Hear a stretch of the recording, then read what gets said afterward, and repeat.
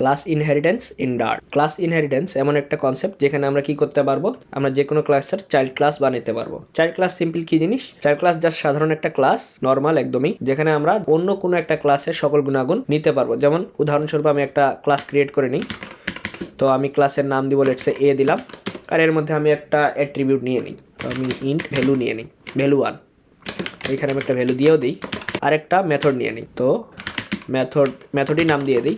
তো একটা মেথড নিলাম, আপনাদের এটা জাস্ট কিছু না, এটা জাস্ট প্রিন্ট করতেছে ক্লাস এ। ওকে, এটা জাস্ট সিম্পল একটা ক্লাস। এখন আমি চাচ্ছি এই ক্লাসের একটা চাইল্ড ক্লাস তৈরি করব। ওটা করার জন্য আমাকে কি করতে হবে, আমাকে আরেকটা ক্লাস ক্রিয়েট করতে হবে, নর্মালি যেভাবে ক্লাস ক্রিয়েট করে বি। এখন আমি একটা নর্মাল একটা ক্লাস ক্রিয়েট করছি, বাট আমি চাচ্ছি এই ক্লাসের মধ্যে এই ক্লাসের যত গুণাগুণ আছে এগুলো সব চলে আসুক। তো এর জন্য আমাকে এখানে একটা এক্সটেন্ড কিওয়ার্ড দিতে হবে। এক্সটেন্ডস কিওয়ার্ড দিব, দেওয়ার পর আমাকে এই ক্লাসটা উল্লেখ করে দিতে হবে। অর্থাৎ আমি এটা বলতেছি যে এ ক্লাসে যত গুণাগুণ আছে সব বি ক্লাসে চলে আসুক। অর্থাৎ আমি যদি কি করি, আমি একটা মেইন ফাংশন আগে ক্রিয়েট করে নিই, একটা ভেরিয়েবলে নিয়ে নিই সুবিধার জন্য, বি নাম দেই। এবার আমি যদি কি করি, বি এর মধ্যে মেথড 1টা কল করার চেষ্টা করি, তো আমি এটা পারবো। এবার যদি আমি আপনাকে রান করে দেখাই, এই যে এখানে ক্লাস এ প্রিন্ট হচ্ছে, অর্থাৎ এ ক্লাসের যে গুণটা ছিল ক্লাস এ প্রিন্ট করা, ওটা বি ক্লাসের মধ্যেও চলে আসছে। কেন চলে আসছে? কারণ আমরা এটা এ ক্লাসের চাইল্ড ক্লাস তৈরি করছি, অর্থাৎ এ ক্লাসের যত গুণাগুণ আছে সব বি ক্লাসে এখানে চলে আসবে। আমরা চাইলে কি করতে পারি, আমরা চাইলে বি এর মধ্যে ভ্যালু 1 অ্যাট্রিবিউটটাও ইউজ করতে পারি। যেমন আমি যদি এটা কোনো একটা ইন্টের মধ্যে নিয়ে নিই, তারপর যদি এটা প্রিন্ট করি, তাও আমি পারবো। তো এবার আমি যদি রান করে দেখি, এই যে 10 প্রিন্ট হচ্ছে, নাইস। তো এবার আমি যে সব ঠিক আছে, এগুলো সব আমি করতে যাচ্ছি, বাট আমি চাচ্ছি যে বি এর মধ্যে যে মেথড 1টা আছে এটা থাকবে, বাট এর কাজ ডিফারেন্ট হবে। আমি চাচ্ছি না যে এখানে ক্লাস এ প্রিন্ট করুক, আমি চাচ্ছি যে ক্লাস বি প্রিন্ট করুক। তো এর জন্য কী করতে হবে, আমাকে মেথড 1টা ওভাররাইট করতে হবে। আর ওটা কীভাবে করে, এর জন্য আমাদের কাছে একটা কিওয়ার্ড আছে ওভাররাইট।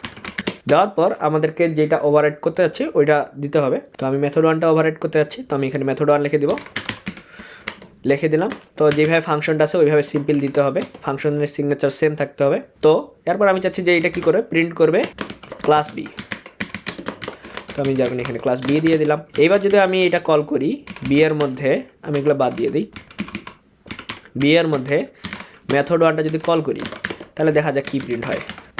এই যে ক্লাস বি প্রিন্ট হচ্ছে, এর আগে ক্লাস এ প্রিন্ট হচ্ছিল, কিন্তু এখন ক্লাস বি প্রিন্ট হচ্ছে। কারণ কি? কারণ আমরা মেথড 1টা ওভাররাইট করে দিছি, অর্থাৎ আর এই মেথডটা কল হবে না, এই মেথডটাই কল হবে। কিন্তু আমি কি চাচ্ছি, মেথড 1 কি করবে, প্রথমে এ এর মেথড 1টাই কল করবে, তারপর এক্সট্রা কিছু করবে। আর ওটা আমি কিভাবে করবো, ওটার জন্য আমাদের কাছে একটা কিওয়ার্ড আছে সুপার।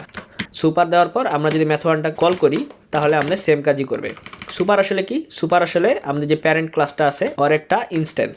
তো এখানে আমরা প্যারেন্ট ক্লাস হিসাবে এ পাইছি, অর্থাৎ বি হলো চাইল্ড ক্লাস, এ হলো প্যারেন্ট ক্লাস। অতএব এ ক্লাসের মধ্যে যা যাবতীয় আছে আমরা এই সুপারের মাধ্যমে ওইগুলোকে অ্যাক্সেস করতে পারবো। যেমন আমরা মেথড 1টা অ্যাক্সেস করতে যাচ্ছি, তো এখানে মেথড 1 দিয়ে দিলাম। এবার যদি আমি এখানে আমার কোডটা রান করি, তাহলে দেখা যাচ্ছে কি প্রথমে ক্লাস এ, তারপর ক্লাস বি প্রিন্ট হচ্ছে, অর্থাৎ এইটার মধ্যে যা আছে তাও প্রিন্ট হচ্ছে, তারপর এর মধ্যে আমরা যা দিছি নিচে ওইটা প্রিন্ট হচ্ছে। আমি যদি এটা উপরে দিয়ে দিই, তাহলে কি হবে, আগে ক্লাস বি প্রিন্ট হবে, তারপর মেথড 1টা কল হবে, অর্থাৎ আগে বি তারপর এ।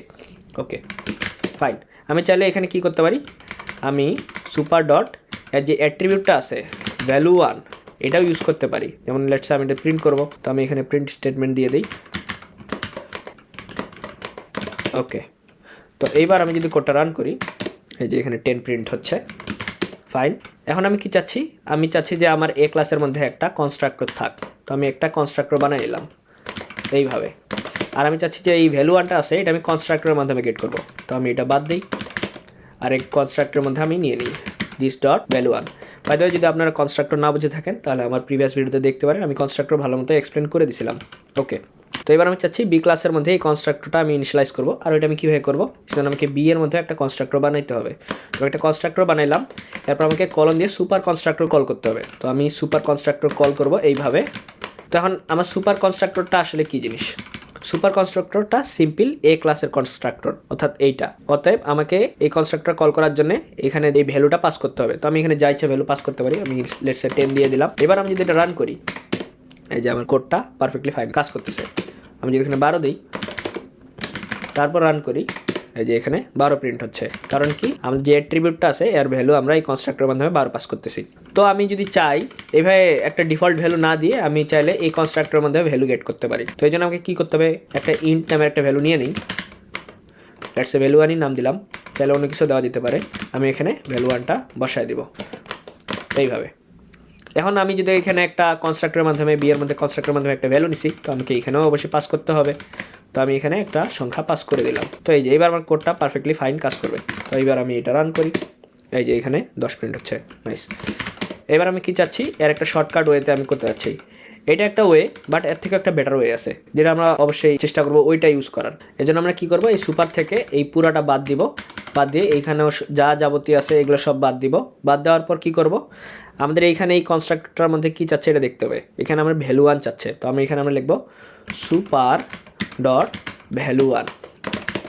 এর মাধ্যমে কি হবে, এই বি এর মধ্যে আমরা যে ভ্যালুটা পাস করব এটা ডাইরেক্ট এর মধ্যেও পাস হয়ে যাবে সুপার কনস্ট্রাক্টরের মাধ্যমে, অর্থাৎ ভ্যালু 1-এর যে ভ্যালুটা আছে ওটা সেট হয়ে যাবে। এবার আমি যদি রান করি, এই যে আমার এখানে 10 প্রিন্ট হচ্ছে। আমি এখানে যদি 12 দিয়ে দিই, তারপর আমি যদি কোডটা রান করি, তারপর দেখা যাচ্ছে কি এখানে 12 প্রিন্ট হচ্ছে। তো এইভাবে আমরা সুপার কনস্ট্রাক্টরের মাধ্যমেও আমাদের যে ভ্যালুগুলো আছে, অর্থাৎ প্যারেন্ট ক্লাসে যে অ্যাট্রিবিউটগুলো আছে এগুলো ইনিশিয়ালাইজ করতে পারবো। ওকে, এবার আমাদেরকে আরেকটা জিনিস বুঝতে হবে, আমাদের যে ফাংশনের সিগনেচারটা আছে এটা চেঞ্জ করা যাবে না ওভারহেডের সময়। যেমন আমি যদি এখানে দিয়ে দিই ইন্ট এ, তো এখানে দেখেন এরর আসতেছে কেন, আমরা এখানে ফাংশনের সিগনেচার চেঞ্জ করে দিছি। কি সিগনেচার, এখানে আমাদের একটা ইন্টিজার এ থাকতে হবে। কারণ কি, আমাদের যেই প্যারেন্ট ক্লাসের যেই ফাংশনটা ছিল, অর্থাৎ মেথডটা ছিল, ওইখানে একটা ইন্ট টাইপের একটা প্যারামিটার ছিল, যেটা অবশ্যই এইখানেও থাকতে হবে, তাছাড়া হবে না।